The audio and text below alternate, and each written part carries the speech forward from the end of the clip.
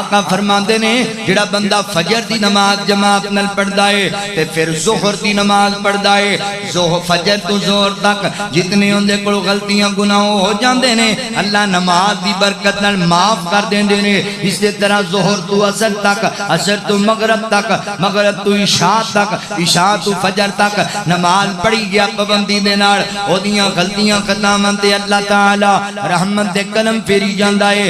نماز گناہاں دی بخشش دا بہترین بہانہ ہے۔ آقا فرماندے نے صحابہ مینوں ایک گل دسو نا، کسی بندے دے گھر دے سامنے ایک نہر جاری ہوے 5 وقت اون دے اندر غسل کرے، فرمایا اون دے جسم تے کوئی میل کچیل باقی رہ جائے گی؟ صحابہ کہن لگے اللہ دے نبی نہیں۔ تے آقا فرماندے نے گل سنو صحابہ، تے جڑا بندہ 5 ٹائم پابندی نال نماز پڑھدا ہے اللہ تعالی او دے وی گناہاں نوں انج ہی صاف کر دیندے نے۔